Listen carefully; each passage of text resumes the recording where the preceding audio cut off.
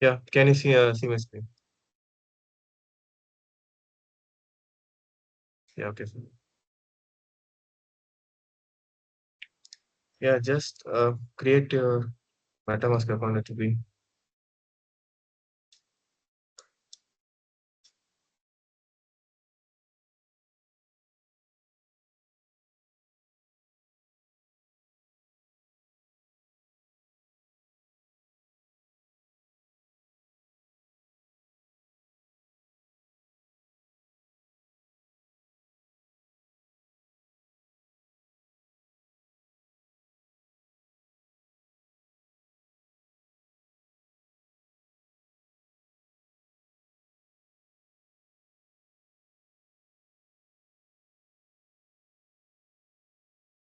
like once you install MetaMask, just go to Sefolia network.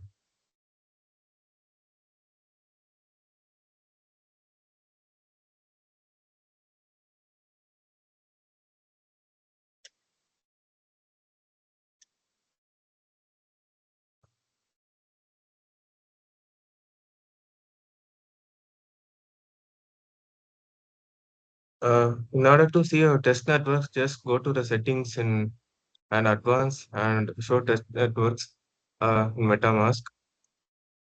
It will be like showing you some other test network also like Sefolia and linear Sefolia, something like that. Uh, Today, like we'll be using this Sefolia test network. Like there's nothing special in Sefolia like in this test network. If you are going to use like mainnet, will be like it will be costing us money. In this test network like Sefolia or some other networks, we don't need to spend money. We can just go and use it. And also, like now we can see that we are having zero Cephalonia teeth, right? We need to get some Cephalia. For that, we can go to Cephalia faucet. Yes,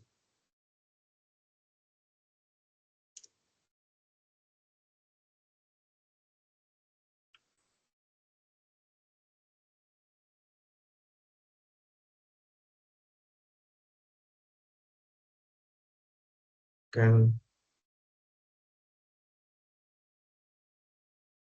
go to Cephalia faucet and you can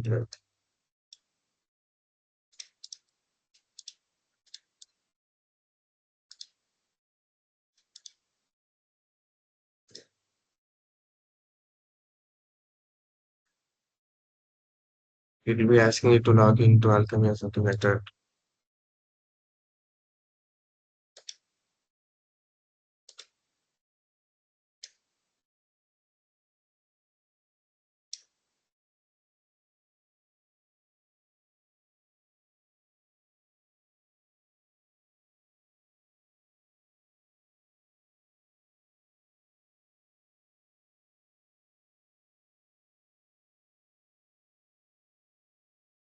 Yeah.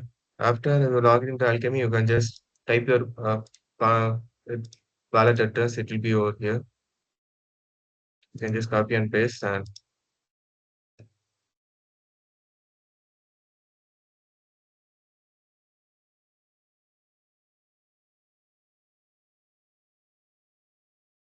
okay.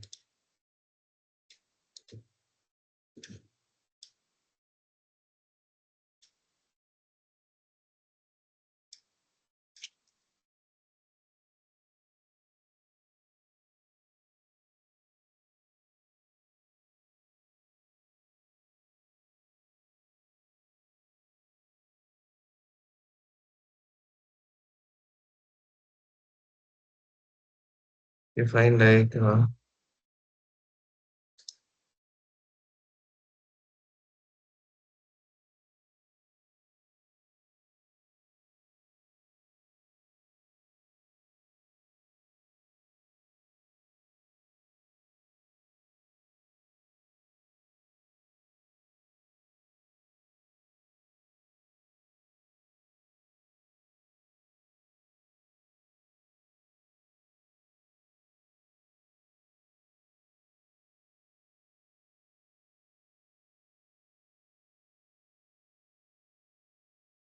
Yeah, like, it's like it's asking me to like have real balance in my Ethereum account. Like it will be costing me money. So instead of that, we can use some inbuilt wallet in Remix. So like go to Remix. Like this is the code editor for the smart contract. So it's an online code editor for smart contract. Today we'll be using this only. Like let's quickly create a folder customers.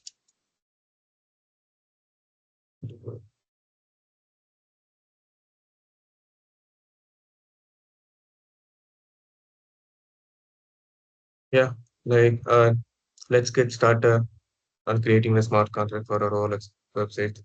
Let us call it as Rolex. That's all.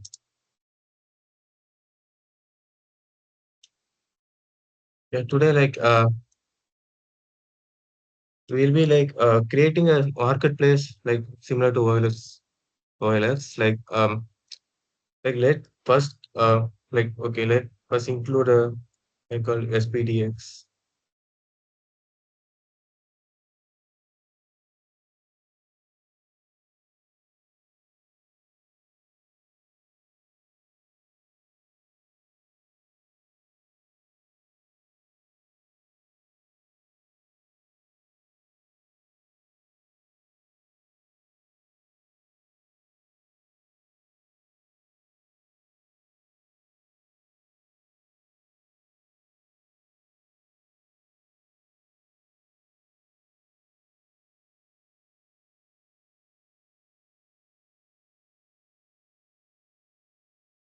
Like like this pragma solidity and the caret symbol and 0.8.0 means like I want to use any version above 0.8.0, and that's what this caret symbol means. I want to use solidity version anything above than this. Uh, First we'll be like uh, creating the contract like this. Let's call it as OLX marketplace. And first let us think about what are the functionalities we might be we want to include in this OLX marketplace. Like first thing is we want to like users can post their uh, products. Like users can post their products and they can um, buy products,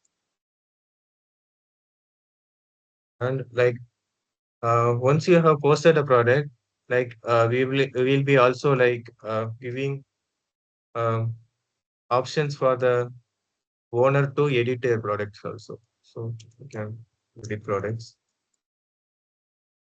And another thing is like will be like if don't want to sell their product means like if they posted a products and later they don't wish to sell their product means they can delete the product also. So we'll be also including a function to delete the products. Like these are the main functionalities we'll be like including in our smart contract. Okay. Okay. Before that we have to idealize the product because like if you are going to post a product uh, in a the website means you have to identify the product in some manner, like what is the name of the product, what does the product mean, like what is the price, who is the owner, and everything we want to idealize, right? So for that we'll be using something called a struct for that.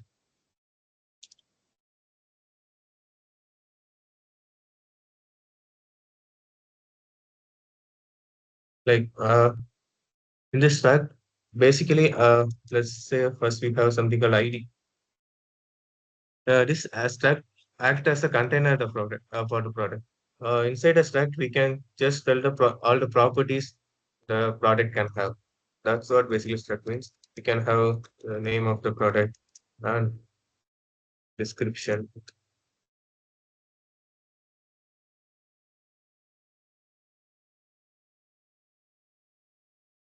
Like we also know who the seller is.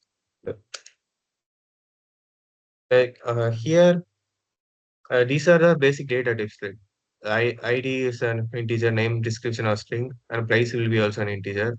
And seller, like we'll be identifying the seller as the address, like using the wallet address. Like we'll be identifying the seller using this. And also you can see there is another one key I have used called payable.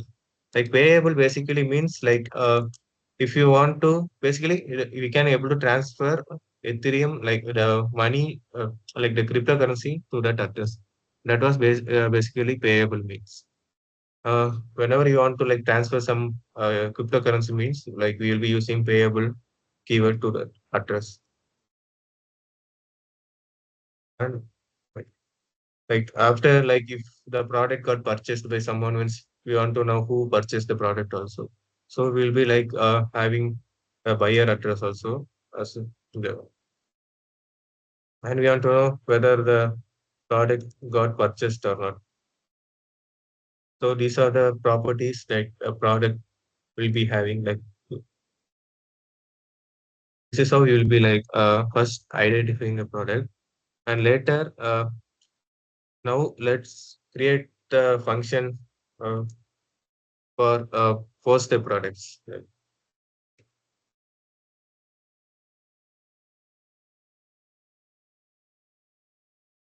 Yeah, okay. Like whenever like if someone wants to post the product means they have to first order your information, right? Like here you can see that uh, ID, name, description, price, and everything. And but the what here only user knows if like uh, think like this. If you want to post some product, what do you know? I know about the name of the product and description and the price I want to set. These three things the user itself will know, the one who going to post the product. And other things like we have to pass to the function. So like we have, let's say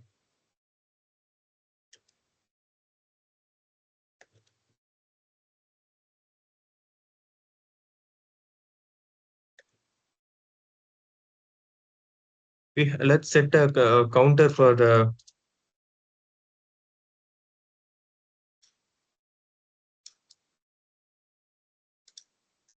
uh, just a relative function. Like I will set the counter for the ID. If the first product will be identified as zero, and next will be like I'll be incrementing by one, something like that. I will tell you how this works. This next product ID, and also like we want to track of all the products which is available in our marketplace. So for that, we'll create an array of products.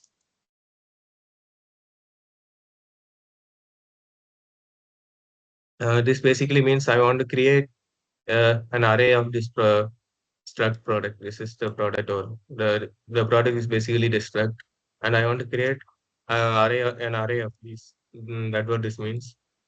And I am giving a name called products to this array.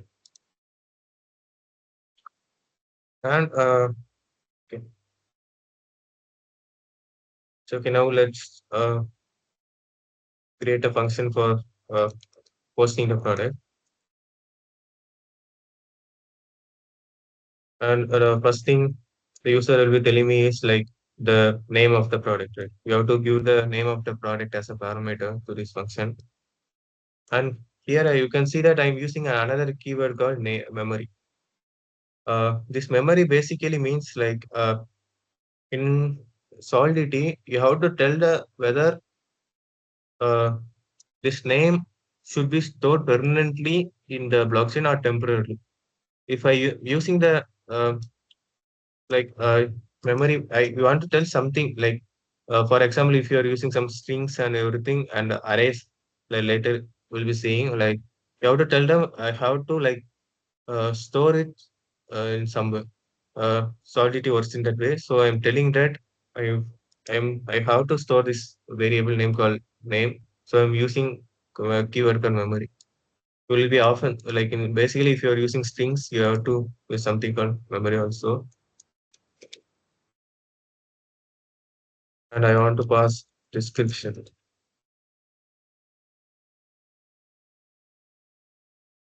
These are the parameters I will be passing to the post product, and let's call this as public. Okay, like whenever if you want to post the product, the first you have to see that whether the price is a valid number or like basically I'm going to have some conditions to post the product. So we'll be like checking whether the condition and met using require statement. Like for example, if I say price greater than zero means if it not like it, this function will be executed only if the price greater than zero. And also like we'll be passing another string which says that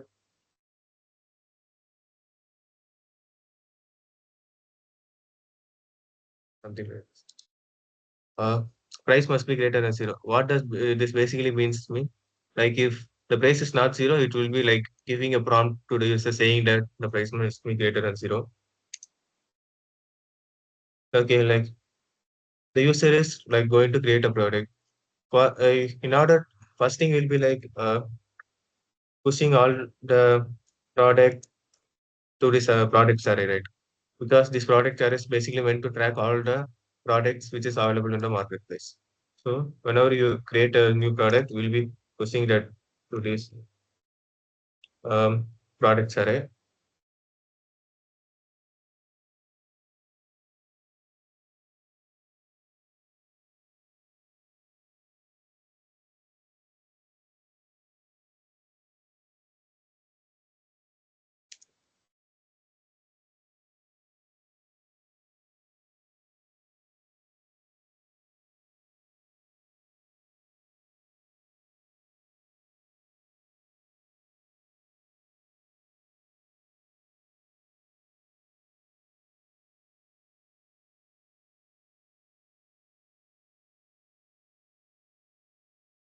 Like, okay, like here you can see that I want to push a product, okay, and you can see over here I am like basically I am here defining a product.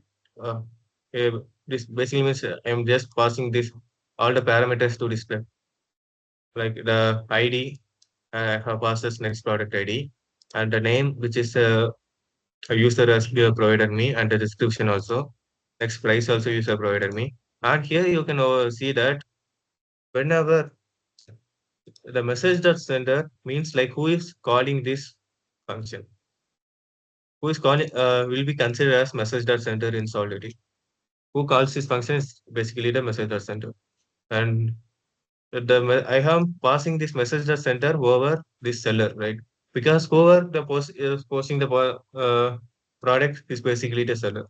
So I am passing this message dot sender over this seller. And I'm like, whenever I told you, right, if you want to, like, here basically seller will be like receiving some cryptocurrency also when someone purchase their product. In such cases, we need to define our address as payable.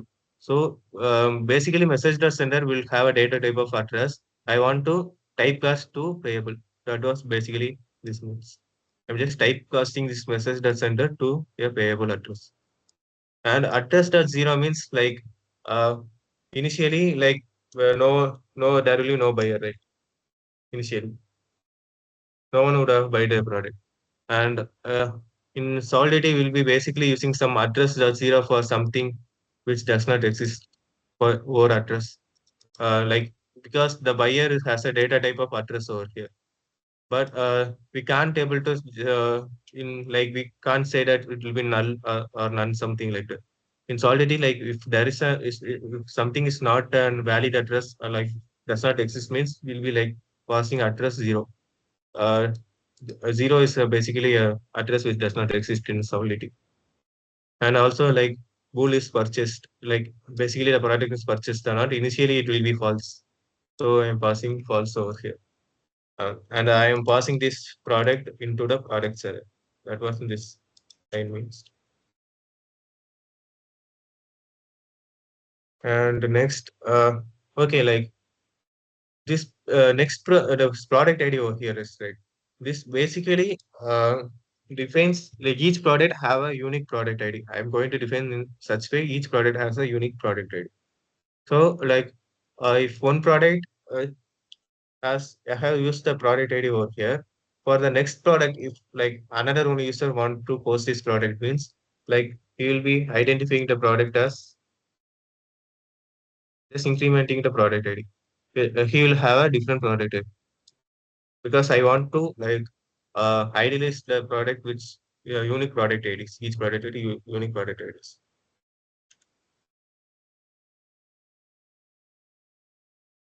If next we have created a function to post a product. This is the function to post product. And next, what are the this is ready. Right? Post product is over, and user have to buy the product, right?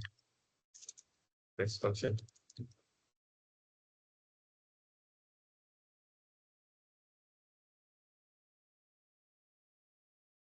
This is purchase product.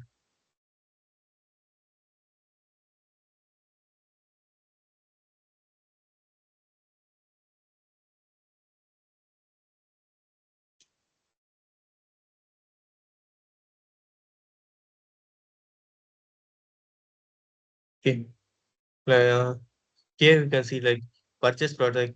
Let's basically like say consider like this. If you have some window and all the product will be displayed over the web page, and user will be clicking the product to purchase. Basically, he'll be clicking some purchase button to buy the product.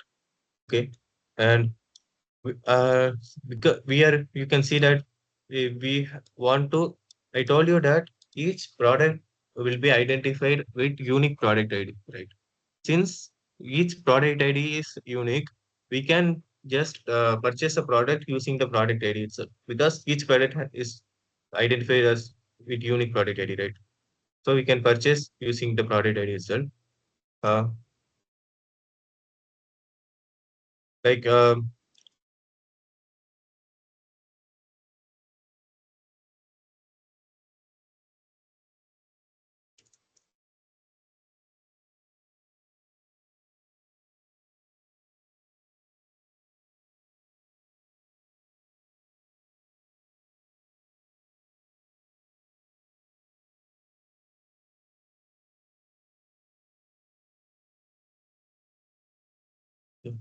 here you can see where I'm using some keyword called storage, and before I have used some called memory. Okay, let's see the difference between these two keywords. Like memory basically means I want to store this name temporarily because once you have pushed this product, like this memory is name is no longer because we have pushed this product into the product array itself, right? Afterwards, this variable underscore name doesn't have any we don't want to store the value in the contract rate because we have pushed it into the product itself because we no longer need this name. Whenever some use memory, this the value will be stored only uh, inside this function before this function got over. Let's it will be function will be like uh, going from this first line to this third line, and only in the scope this name will the name will have this value. Afterwards, it won't be having. Like basically, it means I want to store this value temporarily. That was memory means. I'm using storage over here. Storage basically means I want to store it kind of permanently in the blockchain itself. That was storage means. Memory means temporary. Storage means blockchain, permanent.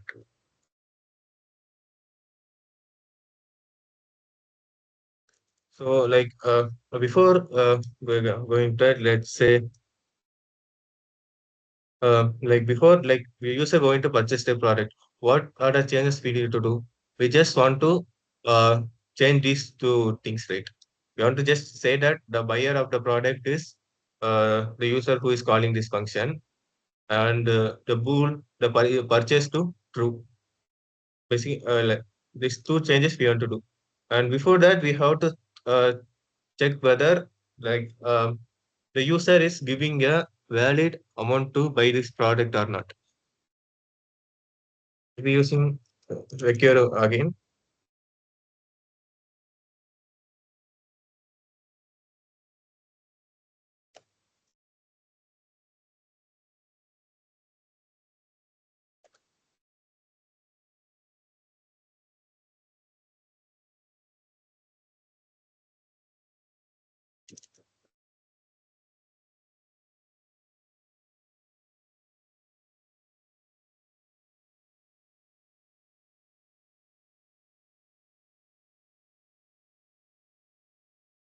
Here you can see that. I'm just want to message that basically means like um, the value you are providing to the function. In general, like if you want to transfer some money or something like that, this that money you are mentioning will be identified as message dot value. In blockchain, like you can't directly pass that transferring amount to the function itself. Like basically, you can like I'll show you later. Like message that value you can't directly pass. I will tell you how you can pass later. After deploying our smart contract, I will tell you how to pass. Basically, just know that this message that value basically means the value I am giving to purchase the product. It should be equal to the product price, right? If not, if it lesser or higher, we can't accept it. Basically, it should be equal. That was the statement means. And another thing is, if two of them call this purchase product simultaneously, what should we have to do? The one who like there will be some minute difference between these two people, right? Like difference means the time they have clicked the purchase product function. Whenever if at such conditions, whoever if the product got purchased means we can't sell the same product again to the second person. One who purchasing the product first will get the product, right? So we have to check whether the product is purchased or not.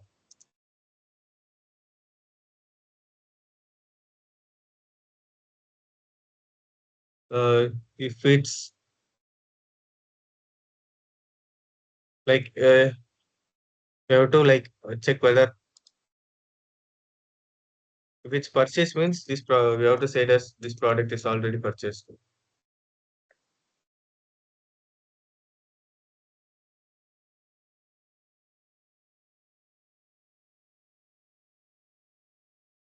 Just adding some extra security over here, just seeing whether the product is purchased or not.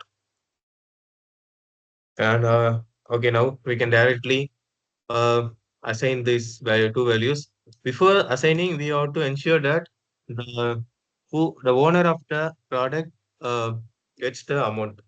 Like whenever if you want to transfer some amount to to an address means we'll be using something called transfer function.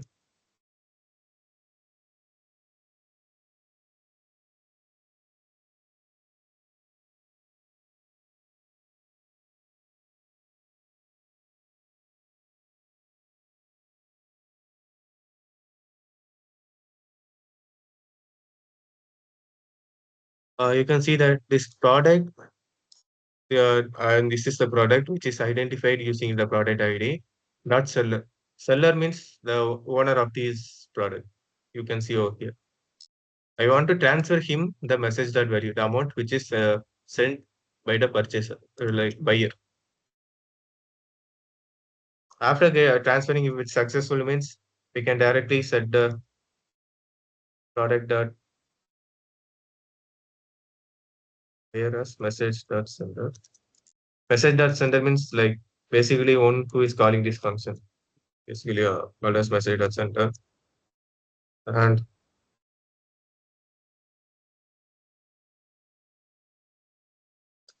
you have to set the product purchased as true. Uh, okay, this is the basically uh, the uh, function for purchasing a product, and also we have to include one more functionality also. Like if we have like 10 users means later we might be want to identify like whenever like we want to know what each user had purchased. Like one user have would have purchased some five products and another user have purchased seven products or something like that. We want to know whether how much like all the project were purchased by a particular user. So let's create an another one thing called mapping. Like I'll say what mapping is.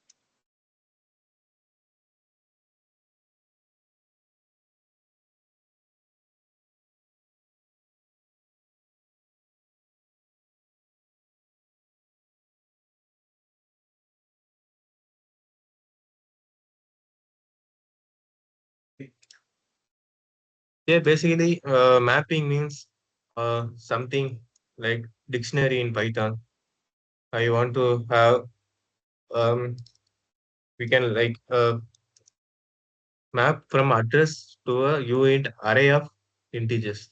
Like why I'm having here I have used array of integer means I want to like I will be just pushing all the product ID to this array. Product ID is basically the uint. I want to have a array of uint. That was basically I'm meaning here. Like normally you would have seen dictionary in Python. Like similarly, you can access like this. For example, if I say purchases of some address, it will be giving all the uh, values which is present in this array. This array will have all the um, product ID the user have purchased. Something we can similar to dictionary we can access these purchases. So like I will be also like pushing this. Also, I'll be setting the purchases. I'll pushing the product ID to this purchases also.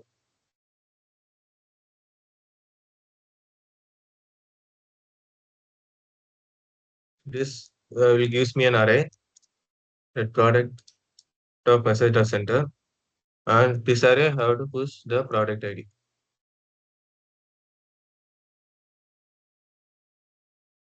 Yeah. Okay. This is the function for purchase product.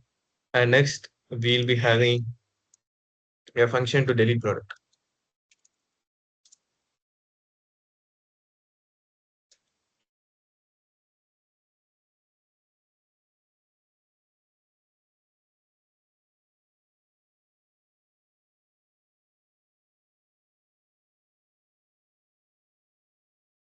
Okay.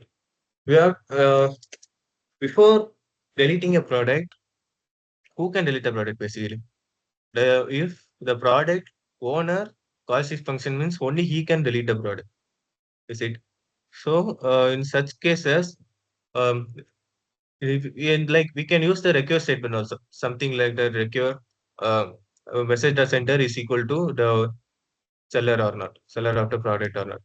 We can use that.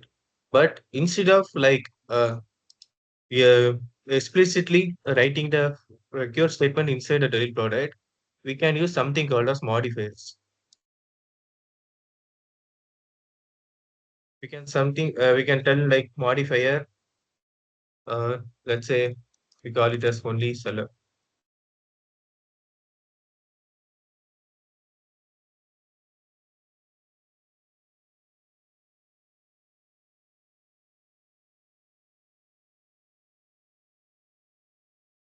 Inside a modifier, we can say that recur the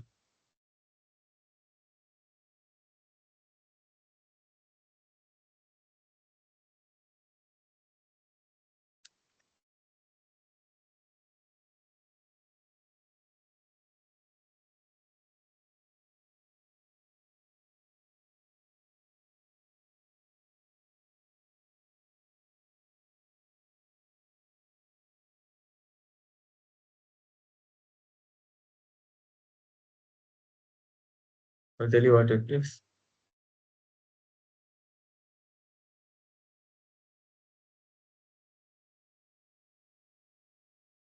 Yeah, okay. Like this is here you can see it's a normal request statement, which basically I'm checking whether the seller is the current caller of the function or not. And we have something called as underscore over here. Let me like I will tell how to use this modifier. Like below you can see that we have a function to delete product rate. Here over here we can like we can pass this modifier over here.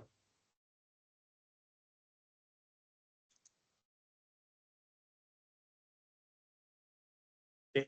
You can see that in the delete product function, I have passed the modifier over here. Like basically it means like in the only seller, like before going into this function over here, before going into this function, this only seller will be called. where the only seller will first check for the request statement. Afterwards, wherever the underscore is present, the body over here will be uh, called. Basically, this function inside a function will have something body inside a function, right? This will be called one in the place of underscore. We can also place underscore over here also, something like that. We can also place over here. In such cases, the body will be called the place of underscore, and afterwards only this request statement will be called. But I want to call this request statement before I want to go into the body of the delete product. Why means like I want to check whether the one who is deleting the product is actually the owner of the product or not. Because I want to check. Okay. That is I'm doing here. And also like we have to check for another one thing also. Basically, I want to check whether the product is purchased or not. Even though the owner wants to delete the product, if the product is already purchased, means he can't delete the product, right? That has no meaning. Before the purchasing, someone purchased the product only, he can delete the product. So I have to have, I want to have another one modifier also.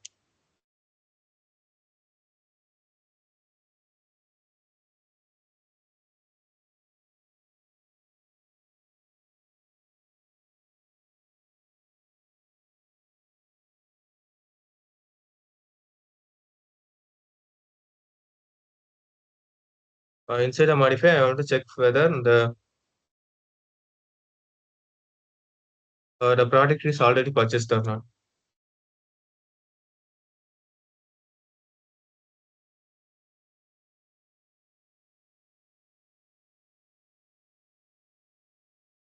If it's purchased means we can just uh, send a error message saying that this product is already purchased.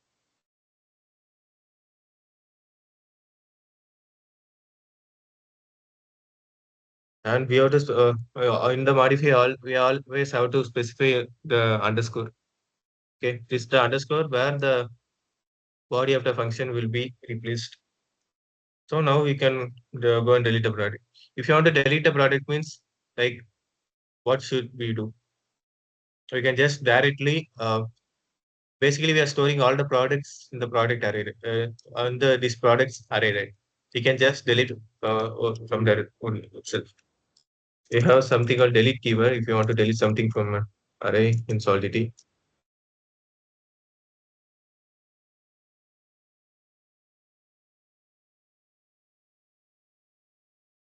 It will be just deleting the product in the products array. This is basically the delete product function for delete product. And you can see that like we have to use this modifier, this delete product also does check purchase because you have to check whether the product is purchased or not.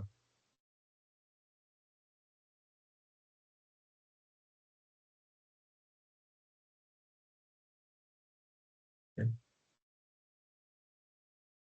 Okay, fine. We can see that we got check for the check purchased. Uh, Now, like we have included the function to buy products and delete edit products. Next, we want to include a function to edit the product.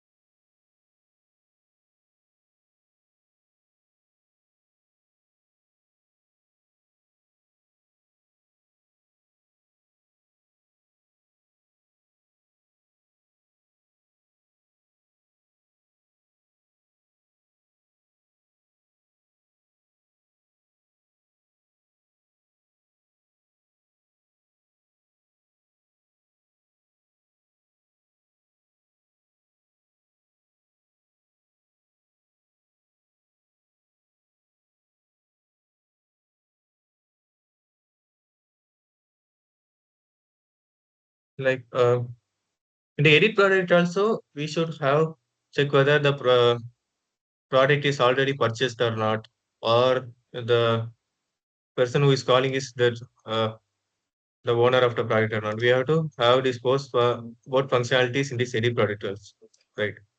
So I'll be passing this edit.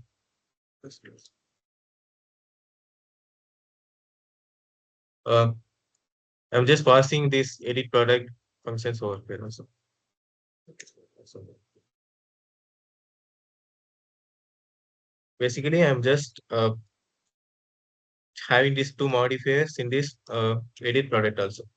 You can see that having modifiers, defining modifiers, it will be like really helpful because we don't need to like type the secure statement in the both these functions. We can just mention a modifier itself. It will be like uh, help to easily manage the code as well as it will be reducing the number of lines also. Like repetition of basically it will be reducing the repetition of code. That's where we'll be using modifiers. But basically condition checks, which is a repeater, we can use modifier to reduce the number of repetitions.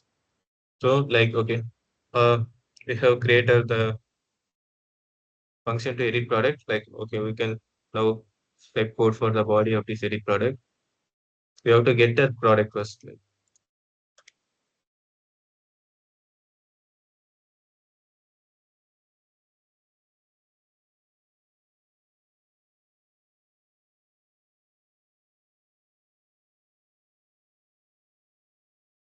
and I have to update the name, description, price. These are the new name, description, and price for the product. We have to update this basically. So we can update, directly get the name and we can update.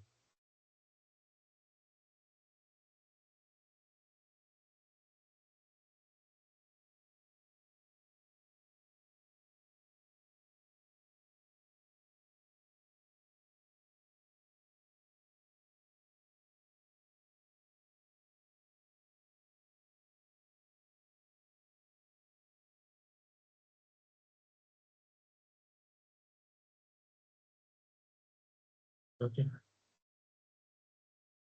We have created the functionalities for editing the product also. So this is basically the marketplace for our products website. And before completing this contract, we have to include another function called events. Like you might be hearing these events for the first time. Like events in actually, if you are only using the smart contract event, we don't need to have events. But if you want to select, uh, for example, if someone click this post product function and posted their product, I want to for the front end applications and everything. I want to continuously get. Basically, I want to uh, call for whenever someone clicks this post product, I want to get notified, something like that. Continuously listening whether the function is clicked or not. For in such cases, we might be using like events. Basically, used for front end applications only. Like we for smart contract itself, we don't. It's not required. If you want to like for user enhancement or something like that, we will be having events. Uh, will be like I will tell how to define an event. You have to first give a name for the event.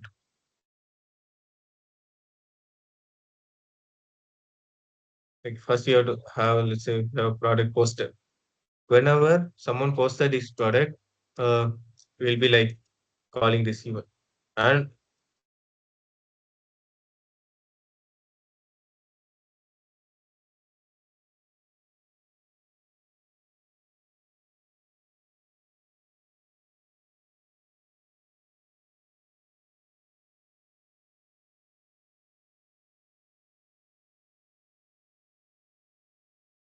you can see over here, in this event, the event is called as product posted. In this event, I have some parameters. This is basically the parameters which I want to pass to this event. And you can see that I have used a new keyword called index. Like index basically means like let's say uh, okay, I will tell how to first like emit this event. Emit means like from whenever someone posts this product, like they will be emitting this event.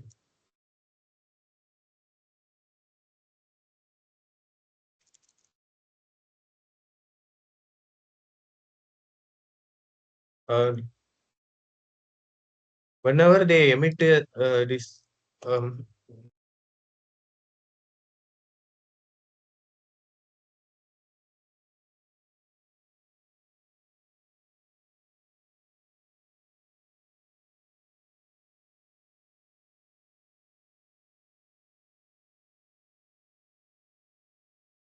you can see over here.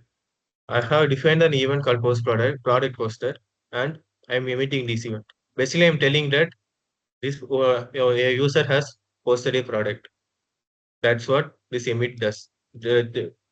Uh, Emitting means just telling to the event that someone have posted a product. That's what emit means.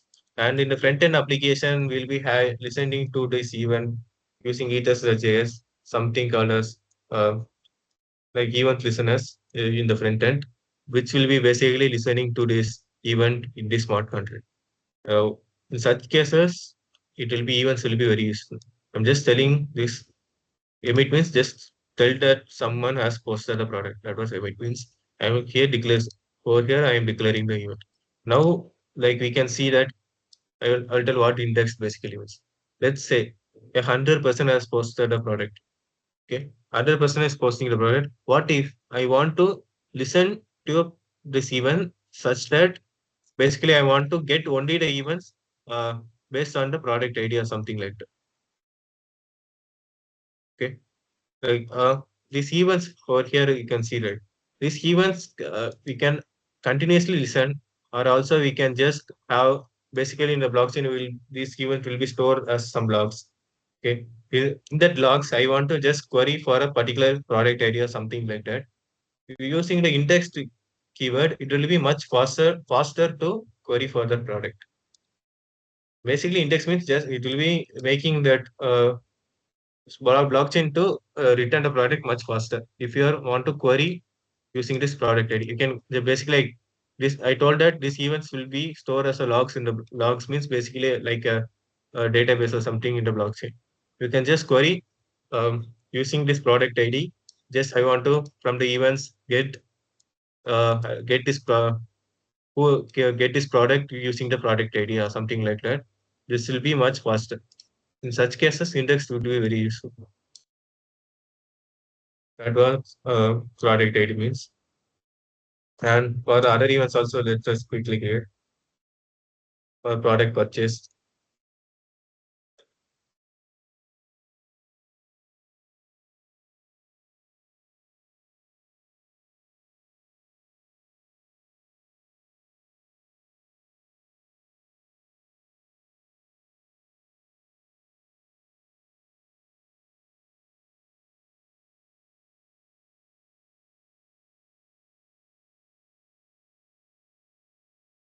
One restriction about using index is we can use only for two of the parameters, not more than two. That was the one of the restriction of using index. In if you're using two index means we can just query for the buyer also. I want to get all the purchases bought with by this buyer or something like that. We can query easily using the index for the buyer also. For another events, we have the deleted.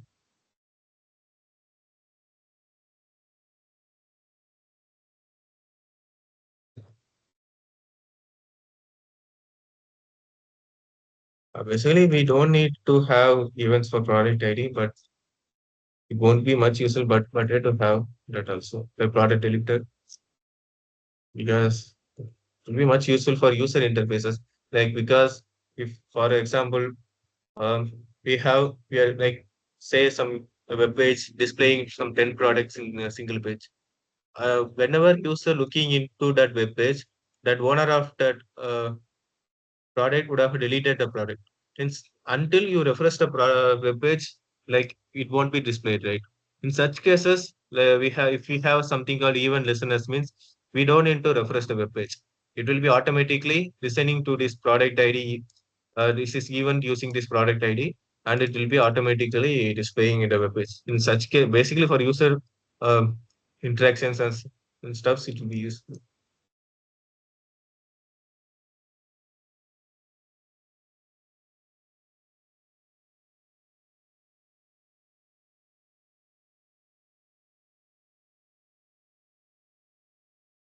Yeah, I have declared for events for this all the four functions.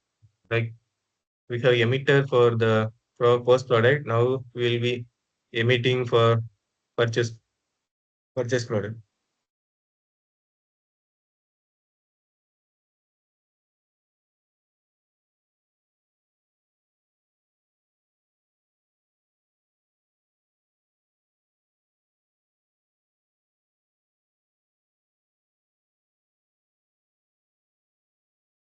Like here the buyer will be message or sender it.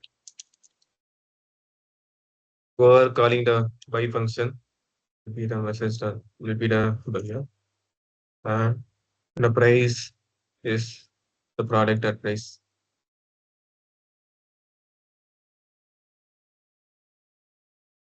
This is for purchasing the product.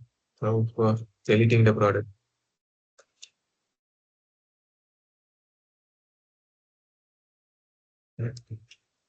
Let's click for edit product.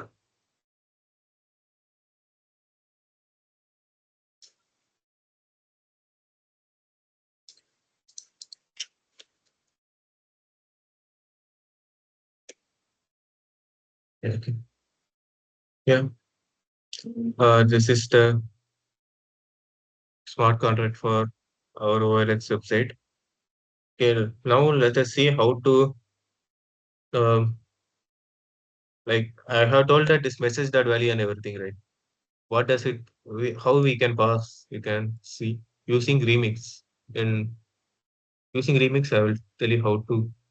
Now I will tell you how to pass these values. Before that, like go over here and compile. If you don't have auto complements, you have to compile it manually. And click over here and can deploy. Like I'm going to use the account which is already present in the remix itself. Like I'm facing some trouble for getting the testnet your cryptocurrencies. So like okay, you can directly the uh, over here you can see that environment whichever you want like remix. Basically over here you can sorry, the default thing you can select. The remix itself will be providing you some like few addresses. You can use that. You know, click here and it can we can deploy. You can see over here it got successfully deployed. The console you can see that. And over here you can see the deployed contract for deployed contract. And anyone can post the product over here. I would say just the product contract book name or book. I will tell the distribution call for 2 years or something like that. Price I'll call give it as 10. Like the price over here we have to set by default whenever if you want you are giving something over here it will be accounted as way. Okay, I'll tell you what way Gui and it is. You can just go over here and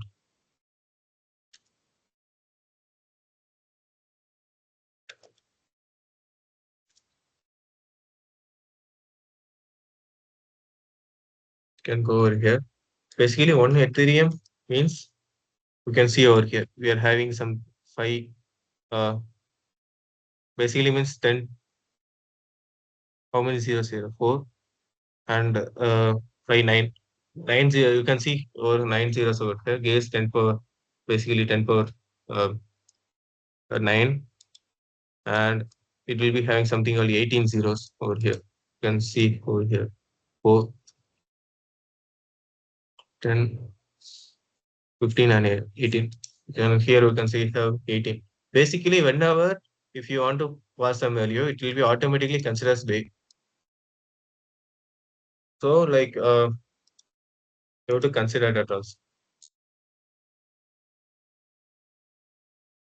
So let's say, for instance, I will say 100 or thousands or something.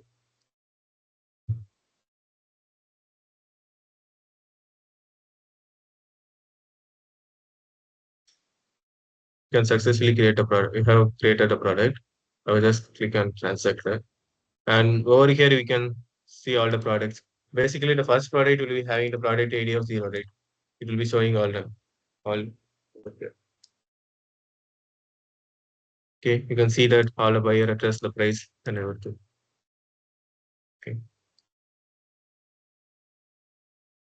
and now I will tell you, like, if you want to call any other functions, I have create a function for post product. Now I want to purchase a product. Okay, like basically, before clicking on transact, I told you that we'll be like passing the message dot value. The message dot value will be sent over here.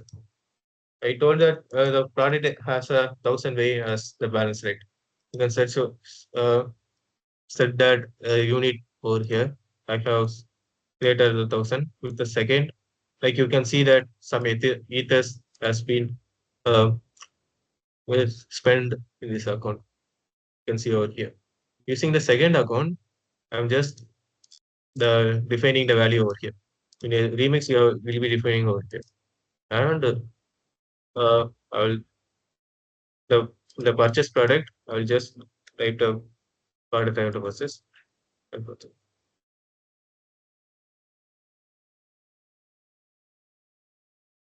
this product is already purchased. Like over here, it's telling me that this product is already purchased.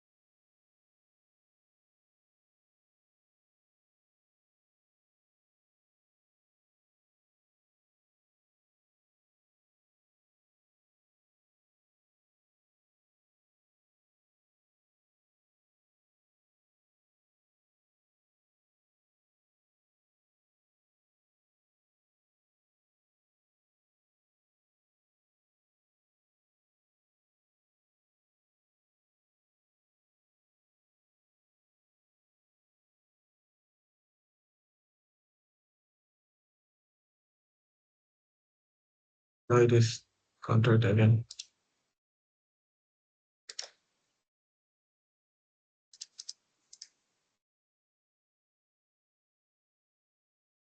Oh, like I have redeployed this product. You can see there is no product over here. Just post this product.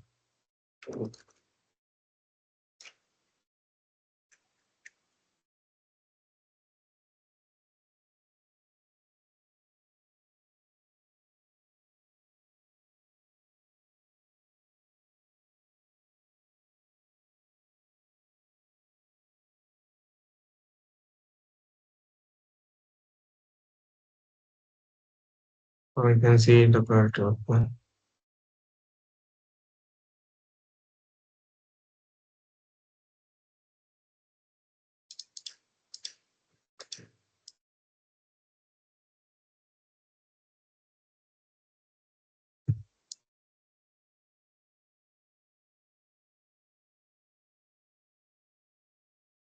Nitish, it should be in the purchase product function, the request statement not for put a exclamation mark in front of product that purchased.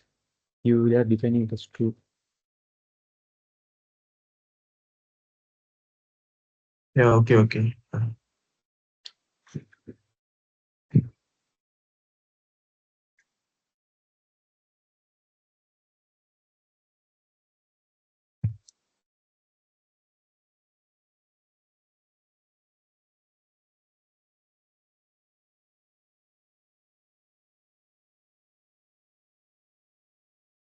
You know,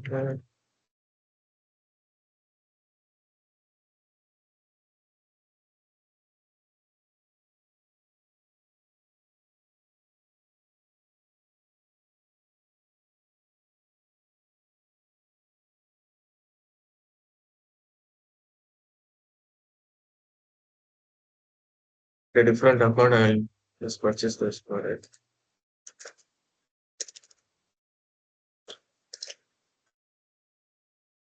Before that, I have to set the value. Okay. Now I have defined as 10, less as 10. Yeah, you can see that the transaction is successful now. Now, like, if you see the project, you can see that is the product is purchased or not. And you can see that buyer, the updated a buyer also. So here you can see that. The buyer is basically the address which I am using now. You can see that it is starting as 787 0x787. The buyer also 0x787. Basically, like this is how you'll be like setting the values over here. I have changed this like to should be not purchased product process. Yeah, because I want that because like if it is false means like I should have a recurve statement as true, right? Because it will be not a false, will be giving a true. Only if I true, like I want to go in, go and execute this. Yeah, this is how you'll be interacting using Remix. Like now, Girinat will be telling you how to use Ethos the JS to interact with the smart contract.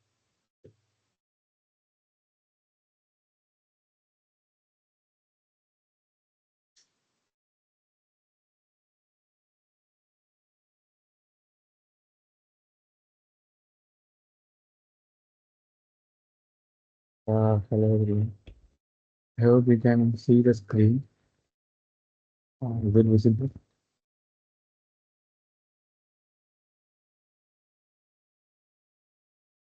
Okay. Uh, okay, I hope you guys are fine with React on the session 5. You guys came to know about how to build an application using React. So from now on, we'll be using React to connect the blockchain part with the front end. So for that, you just need to create a basic React application setup. Uh, you just make a folder and then just open it in VS Code and then follow this command. Just type npx create React app dot slash. So you already should have know this. This was taught on the React session.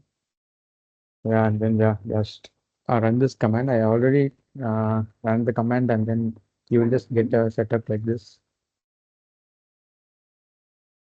Yeah, it will just take a minute or two. Okay, meanwhile, just you just run the command. Meanwhile, we'll see what is the ether section. So ethers, you can just see it here. Ethers is nothing but a JavaScript library that is used to access the blockchain data. So whenever we are making a decentralized applications, we need to access the data on the smart contract, right? So for that, we need to use a library. So if you take an example of a full stack application, you will be using Axios for the for connecting the front end with back end. So like that, you will be using the Ethers.js for the connecting the blockchain smart contract with the front end part. So we'll see what the Ethers about here. If you just it's showing version 5, go to version 6 documentation. You can see how to get started with that. Yeah, you can go here. If you just see here, you need to install the ethers dependencies and then we can start with that. Okay. If the React app is installed, you just follow this command npm I ethers.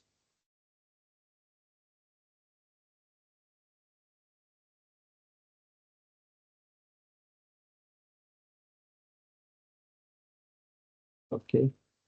Um, so now you can just so the ethers package is installed. You can just check here. The package JSON, you will get the version of the ethers in that dependencies uh, object. So this is the first step to connect to the Ethereum blockchain.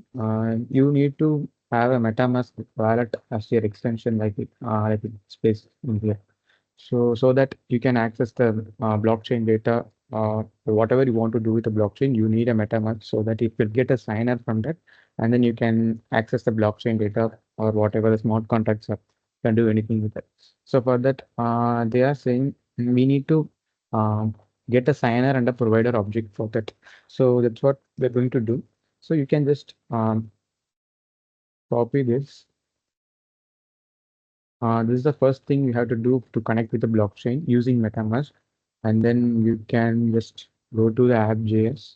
Okay, there are already data here. What you can do is just delete all this until header. No need of logo and all. Okay, so now just a second. You need first of all use this. So just import that. Okay, and then we will be using use state. Uh, sorry, use state use effect. Then yeah, for now this is enough. So we will see how to get a sign up. So first, what I'm going to do is uh, okay. Yeah, so first I will just define a state for saving the user. So you just use a use state hook for that. And then I will just name it as a user and the setter function as a set user. Okay. And then its value initially will be null. Okay. So and then I'll be using a use state. So sorry, use effect. Why use effect? Because whenever I just land on the page, as a component mouse, I want the data to be, I mean, the signer data to be stored on this user state. So that's why I'm just using the use effect hook. We'll just see how to do that. Make a dependency array as empty so that whenever we land on the page, it will just run once and then just store the data on the user. So whatever you have copied, you can just paste it here, and then you can just so yeah. Before that, uh, I'll just call it a function. Just like a function named initialize uh, user something like that, which is an async function. Okay. So now just use a try catch. It catches error. Just console.log error. Just error getting the sign. So sign up and then error object. In this, inside the try statement, just paste the code and then if you want the comments, you can keep it. If you don't, just erasing the comments.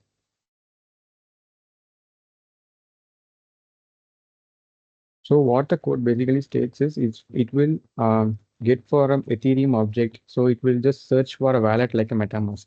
If there is no wallet, it will just get a default provider. So you can't able to transact any money using that provider alone. Okay, so you need a signer. So for the signer, it will just connect with a MetaMask object and then will get a signer. So if you don't have any MetaMask extension on that browser, it will return a provider only. So you won't get a signer. So for that, if you have a MetaMask, this function will be executed. I mean, this else statement will be executed. So I want to just store it on that. I mean, using a setter function, I want to set the user as a sign object. So yeah, and then just call the function. Okay. So you can just type this. So using the command npm start, just run it.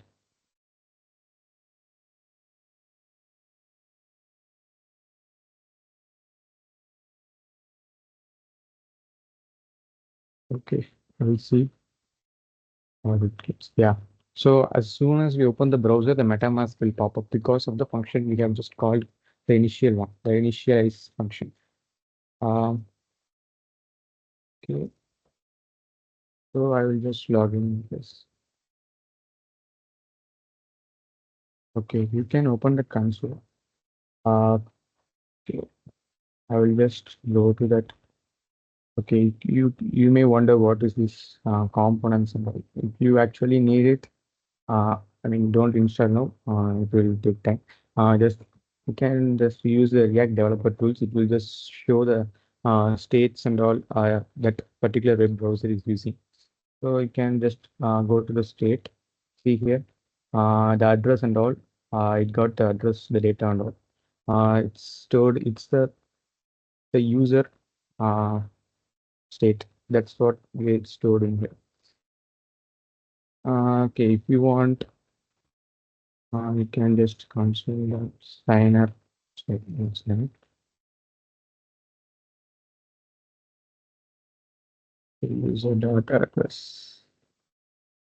Uh, okay. Okay, as soon as it's updating the state, it's not the address is not it's printing on the console, but however it is stored on that state. So we can just proceed with so the first step is over, and then you can just go to that ether documentation. Uh, then so we'll see how to make a payment to another address. Okay. So for that, I will make a function called mm, the transaction, which is async function. Okay. And then use a try catch. So I want to execute. Okay. Use a try catch. Okay. I want to execute this function only if the user exists. Else just just console dot error.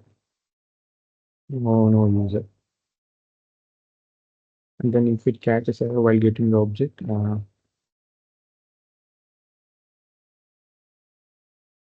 just put just display the error object. That's it. Okay, so we will see how to do that actually. Um, I will just make a tx variable and then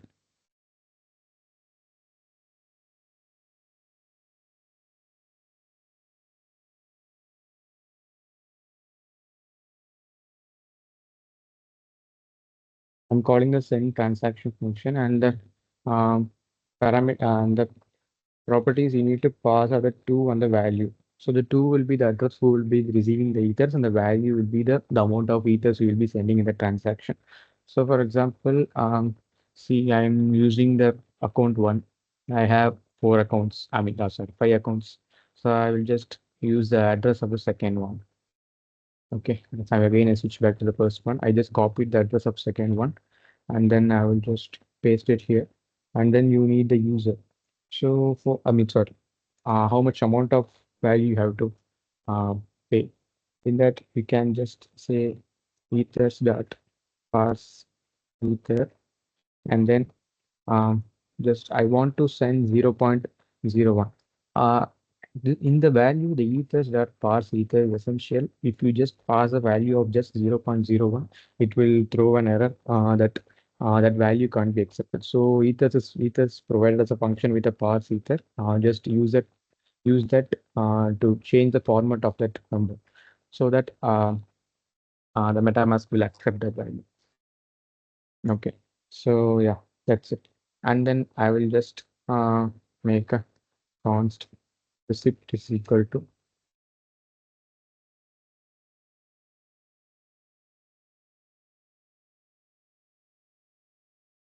await tx dot wait. Okay, and then just console dot log receipt. Okay, so So this is the transaction function. You can see it here.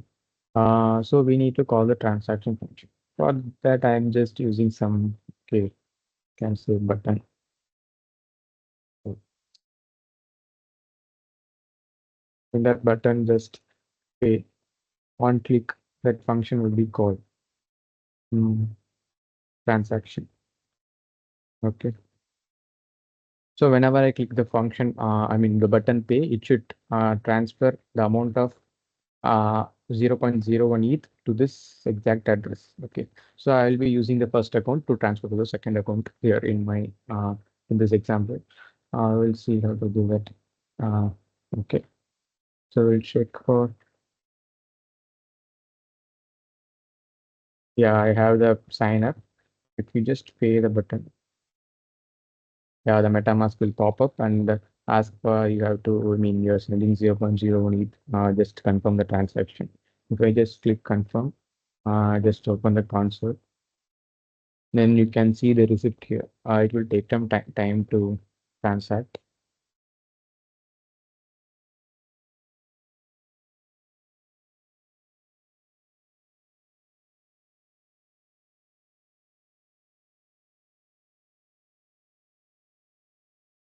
Mm, okay, taking so much time.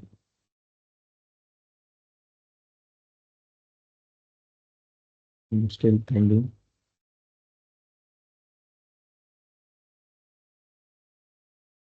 Okay, see here you can see the receipt.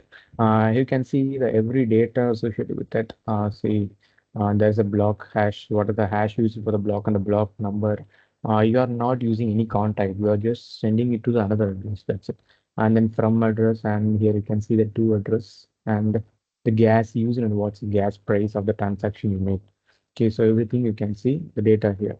Okay, so this is how you can just so using this, you can do a payment integration for a blockchain for any front-end application.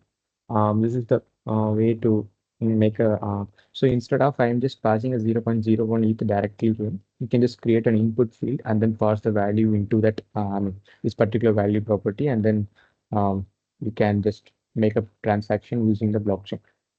So this is all. So let's see. The next part is how we are going to interact with the smart contracts. Okay.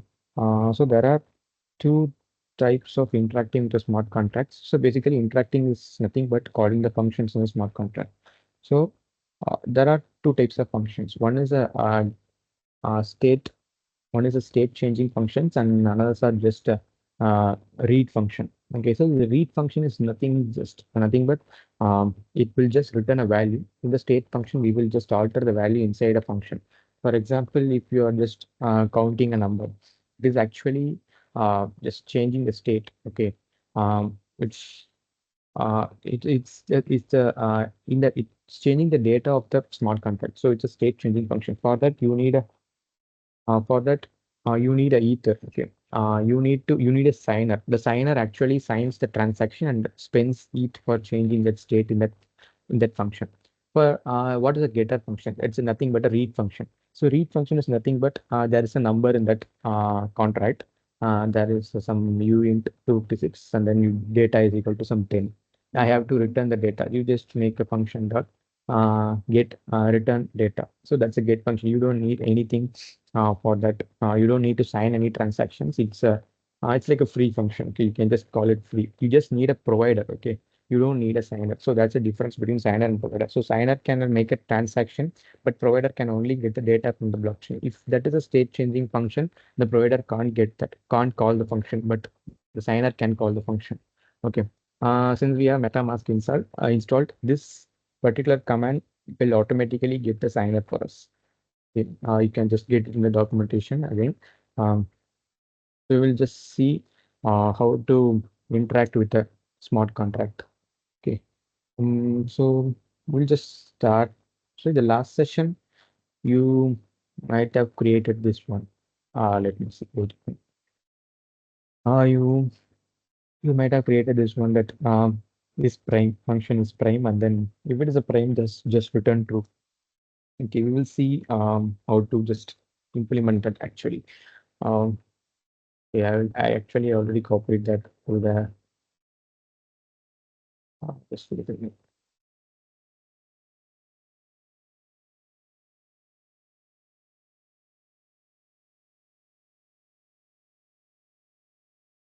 Okay, okay. So yeah, in that I already have a sample. So in this sample, yeah, the same function is copied over here. So this is prime. So I will just deploy the contract, just compile it or hit the command control plus yes, and then just deploy it and using that. So you have to just use the injected provider MetaMask. Okay. So what it will do is it will connect with that directly the wallet. I mean your wallet. You will connect directly with your wallet and then see. Yeah, it will just display all the balances here. Okay, so you are using you are deploying actual you are going to deploy on the actual testnet. Okay, so for that what would you use? Yeah, it's already compiled. You can just using whatever account you want, just deploy it. It will also while deploying a contract, you need to make a transaction. So this is the amount of transaction needed for deploying the contract.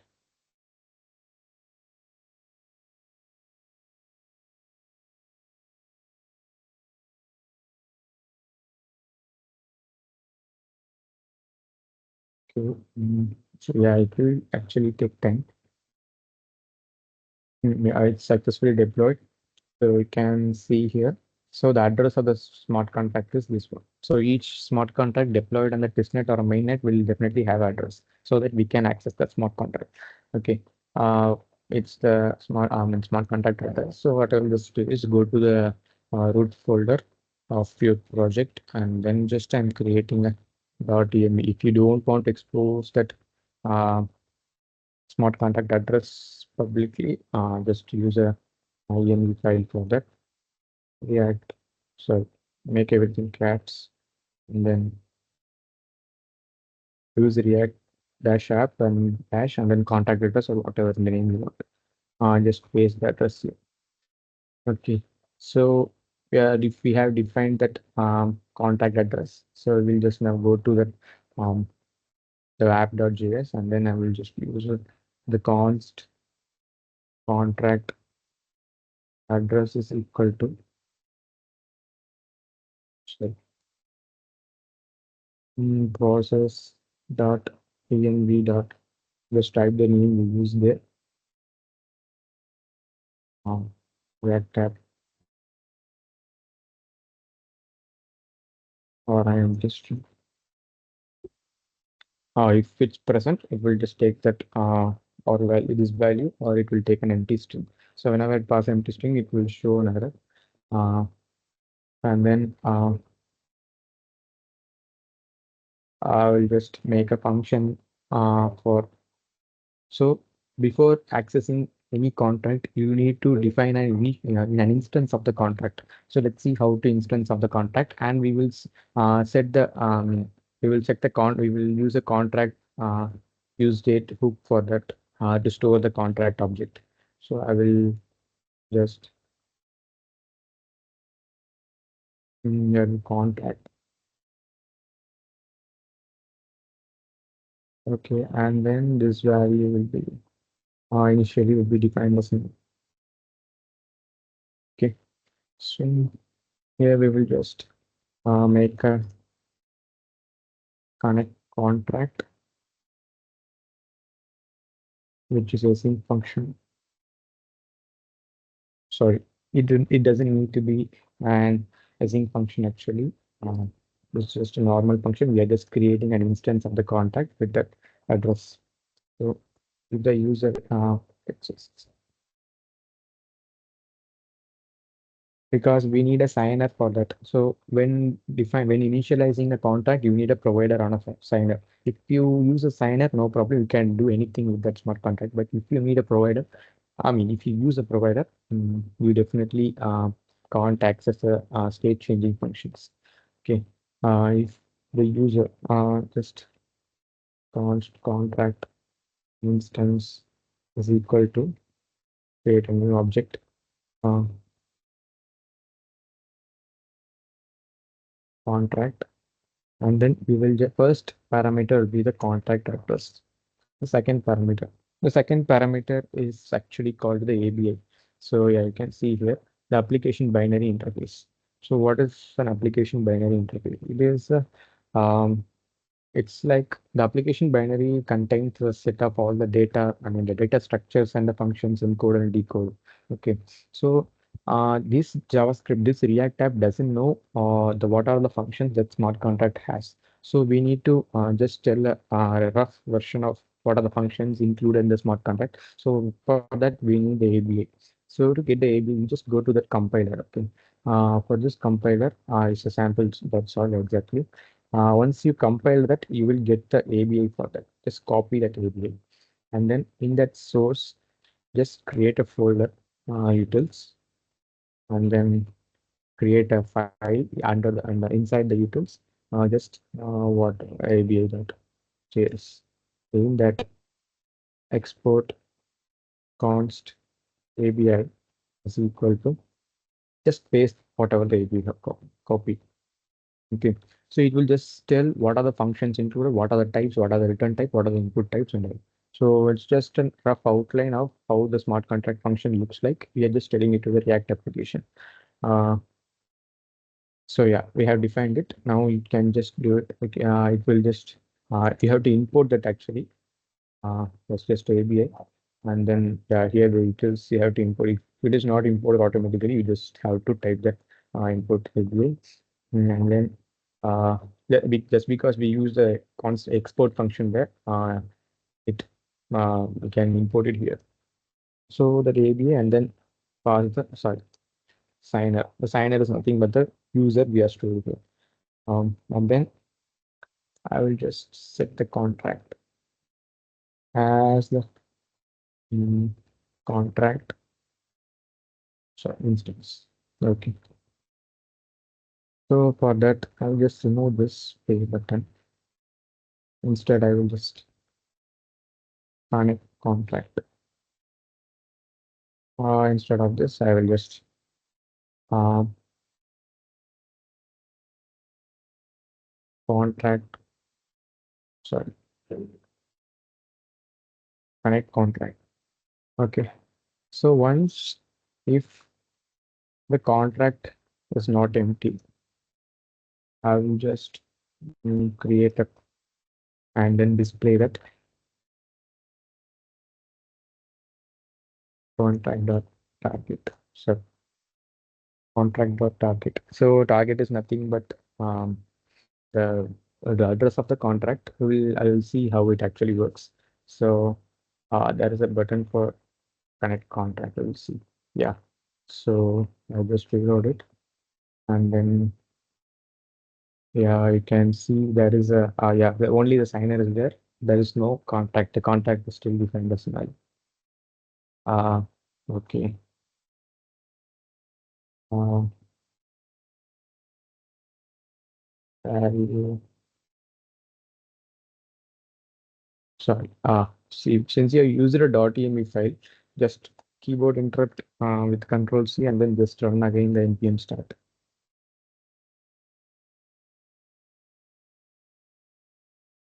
Okay, it should actually work now.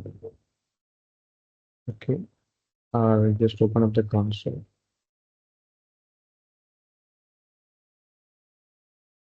See that the address is the address came here. So also the state is initialized with the contract. This is a target. That's what I actually called to display it here. Mm, so yeah, you can actually check it with the Linux. It's the same address you deploy. See, whatever 0x39. Okay. So this is how you connect with the smart contract. So how do you actually call functions using a smart contract? So how do you actually call functions? Let's see. Const. Um, you can just say const is prime is equal to async. So most of them are async function except that initializing the contract because it has to get the data from that blockchain. So that's why it's most of them are async function. I can just say const is okay, not display const value await. contract dot. Okay, so this is where I have to listen. So in that whenever you define a contract object after the dot, you can access anything that is publicly available in that smart contract. Okay, so this is a public function. The each prime is a public function. If you define a variable as something, you int public and then value, you can also access that directly using that contract dot that variable name or a function name. Okay, I will just whatever this function is, prime is the function name. Um, okay, and then I will pass the which is the integer value. Okay, I will just pass what? Uh, let's pass the 4. Okay. Then console.log value. And then so instead of this, I will have another button. Uh, check prime.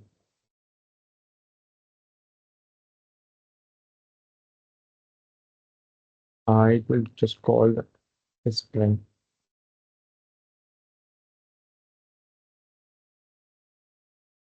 Okay. So I connected the contract. Yeah, contract is initialized, and then I will check the prime. 4 is a not a prime number, so it's a false. It's actually collecting data from the blockchain and displaying here.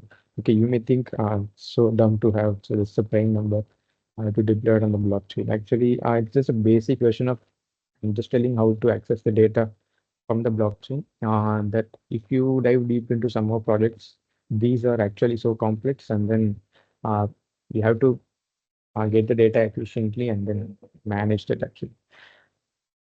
If I just try to uh,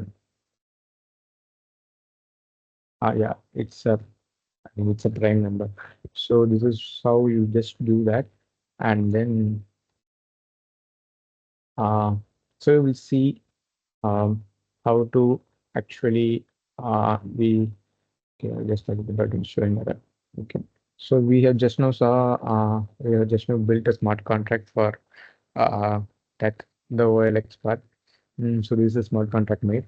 So we'll just um, see how to actually call the functions using that using ethers on the front end part and made a and we will make a basic application for that. So before that, we will have a break for 5 minutes. So we share the attendance and yeah, we mark it in.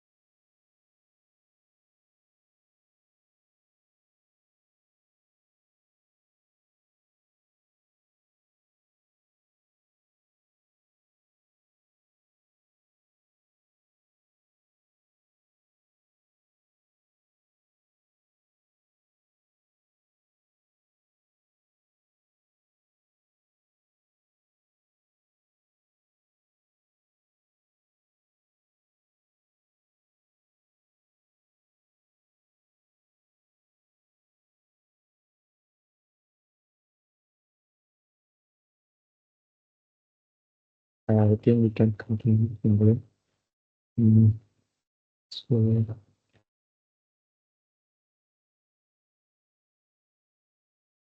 yeah.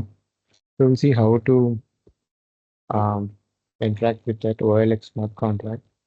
Now you don't need this transaction way for now. Just remove that.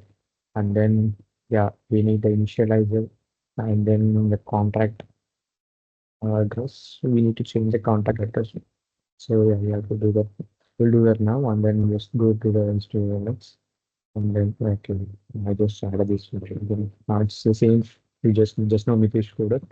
Just compile it and then just deploy it using one of your testnet accounts. Just deploy it.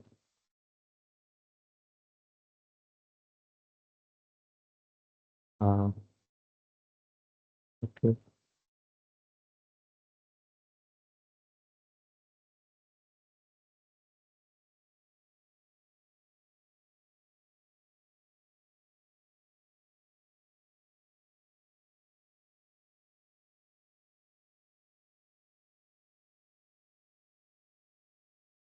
Okay. Uh, we can just see here. This is a prime checker. This is the OLX marketplace. And then you can just copy the address and paste it in this local. So whenever you are changing the uh, environment variable, just um, fill the term, command and use a keyboard interrupt and then just run again.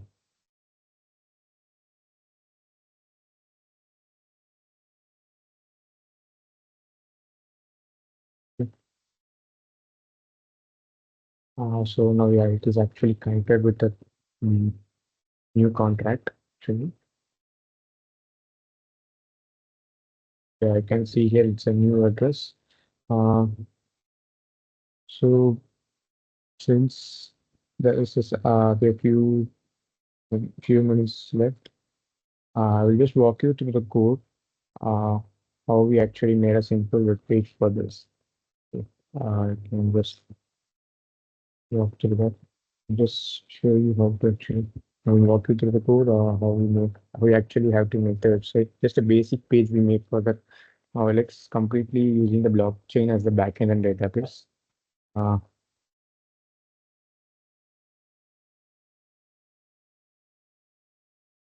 so everything, the initialize and contact functions are same. So this is just a basic application.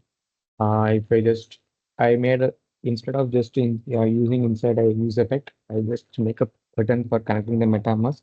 So only when I just click on the MetaMask, it will just execute a function. So that's nothing, but I just remove the use effect and then just make a button for, there is a thing called connect button. So I just made a separate component for that. I just made a separate component for that. See, there is a connect button.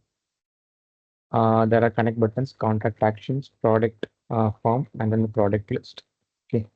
Um, Usually, when you are making a bigger projects, it's advisable to make separate components and then import them in your main application. Okay, so the connect button. Actually, this is just a small piece of code, so no need to just use a different component, but still, just to make the practice of that, I just use that. Uh, you just if the user is not defined, you just show the MetaMask connect MetaMask button, and then it will just initialize. So inside the connect button, I pass the initialize as the params. Okay, sorry, props. So what? uh, I will just do is in that I come to the app.js. So I will just pass the initialize. I'm just passing the initialize function the user. If the user is not exist, that button will display, and then the initialize function will be executed. The same initialize function that we just saw before. See, the same one. Nothing changed. And then the same states are used. Um, this is for the list of products. I just defined a new state for that. Okay. So now we'll see.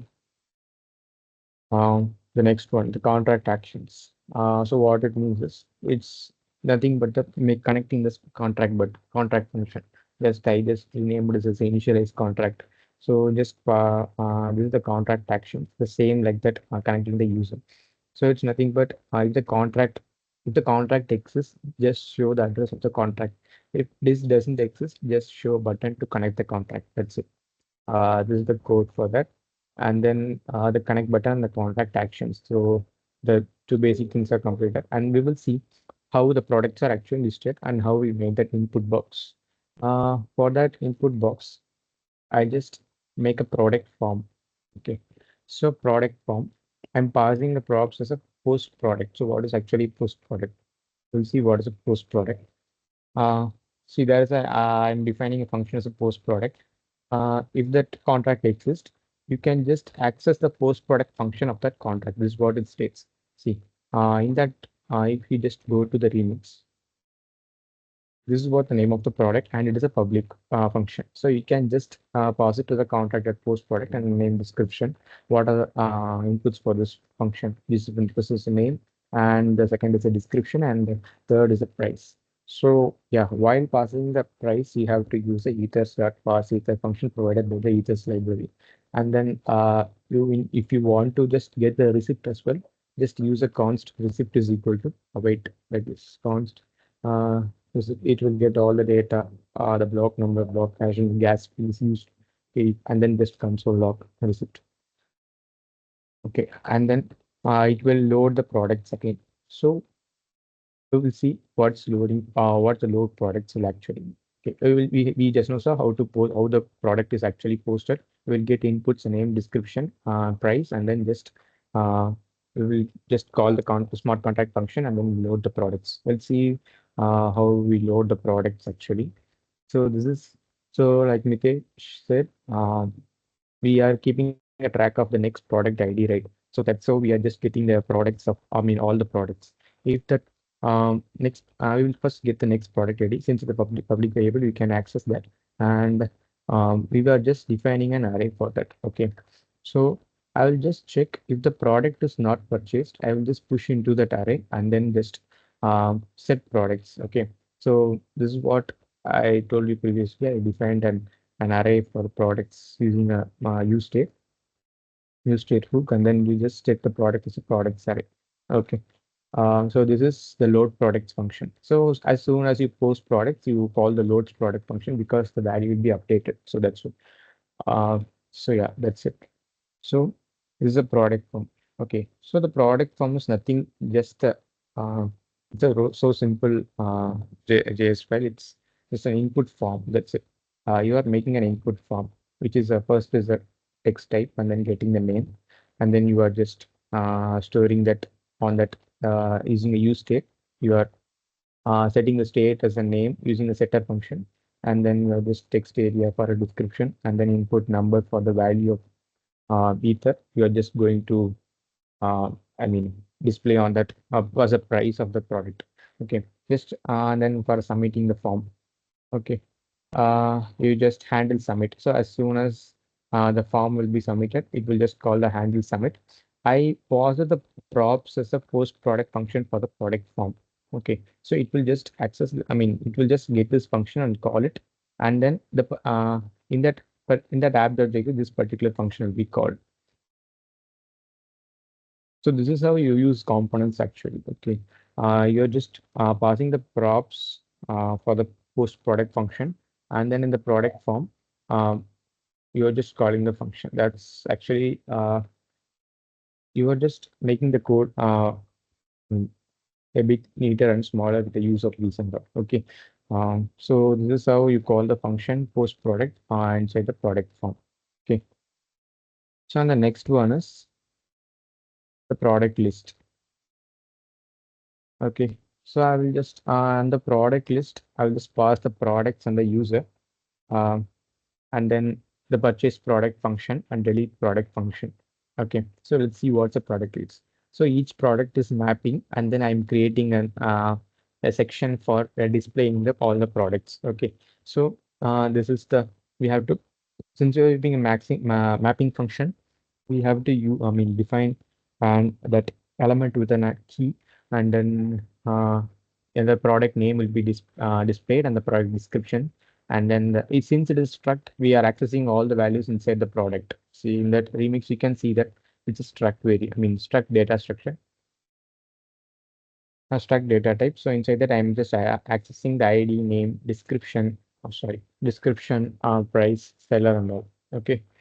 See, if the user is seller, you can just display that delete product. If the user is not the seller, just display the purchase product. You can see, you can add more and more logics to this and make the website so, I mean, user friendly, and I mean, so much features for that. Okay, I just made a simple page for that. I will share you the code um, after this session. And then see, whenever that user is a seller, you just display the delete option. And then if the user is not the seller, you just display him the purchase option. That's it. That's what this code states. This piece of code state. That's it. Whenever this the particular purchase function button is clicked, that purchase product function will perform. That's it. Okay, so we'll just see how uh, the app actually works. Just open the console, and then can see here. So both of them are null. So this is it. Okay, we have connected the contract, and yeah. So I just tested it using some mobile. Okay, you can just see here. See, the name is mobile, and the for sale. It's the state you use it there. Products. There is a use state hook. Name of the products. So that's what it is. Name. That the price is 0.0018. Okay. So I'm just using which address we will see. So there's a address called 2F63. So the seller is 0x1311. Okay, so the user is not, I mean, the user is not the seller. So I'm just getting the purchase option. If I just switch to that seller, this is the address. Just reload it. See, there is a delete option for that. So you can just customize whatever you want. I will share you the code and make it. You can add many more features for. You can check some of the things before displaying it on the screen. Okay. You can also modify the smart contract to your need, and then just get the data from the smart contract. And then you can. Okay, we'll see how to actually post the product. I can just. I will just say whatever headphones. Okay, and then for say price is 0.05, the MetaMask will pop up and ask for a transaction.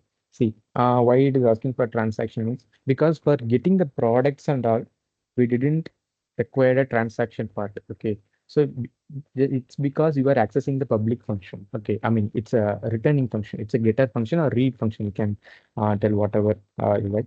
It's a read function, so you don't need anything to spend. Okay, or to make a transaction, but by posting a product, you are changing the state of the contract. Okay, what are the things you are get what can you say? You are making a new structure. I mean, new structure of that to be exact. What is the name of structure? Yeah, that product. Okay, you're creating a new struct of product, and you are pushing that product structure into the product side. You are just changing the state of the function, and also you are increasing the next product ID by +1. So these are the things. So for that, you need to perform transaction. So that's what I said from earlier, that this the state changing functions and just a simple read function. Okay, I'll just confirm it. We'll see what happens.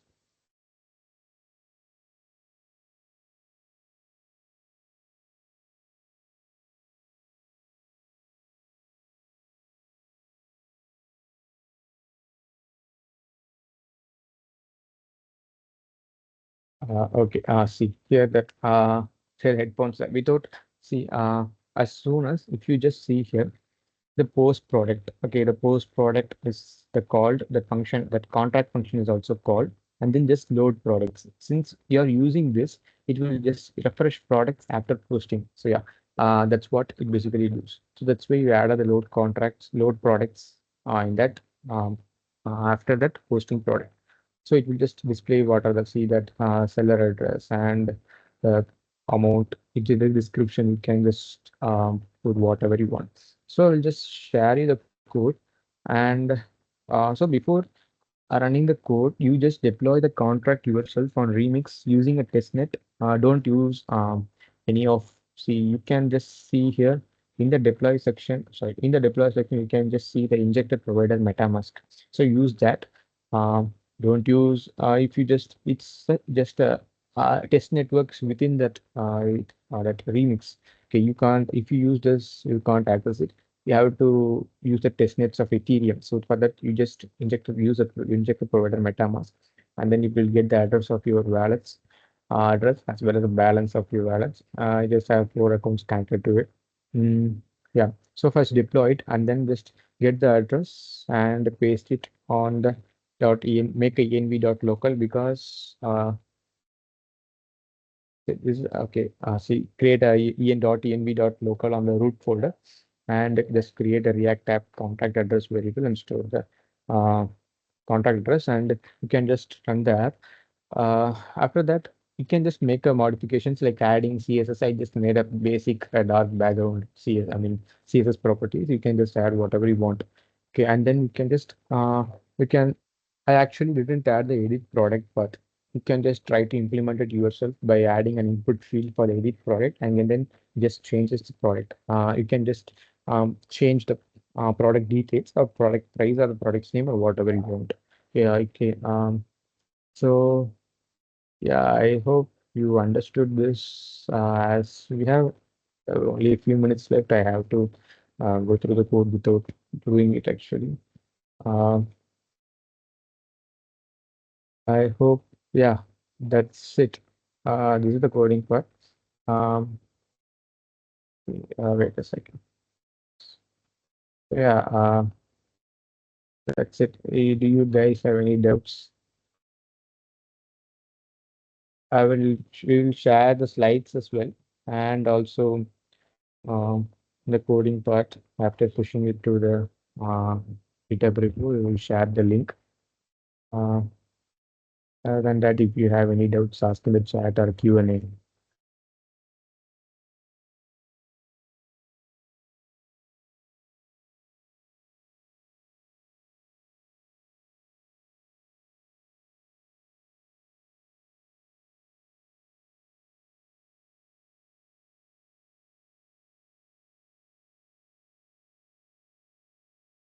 Okay. Um,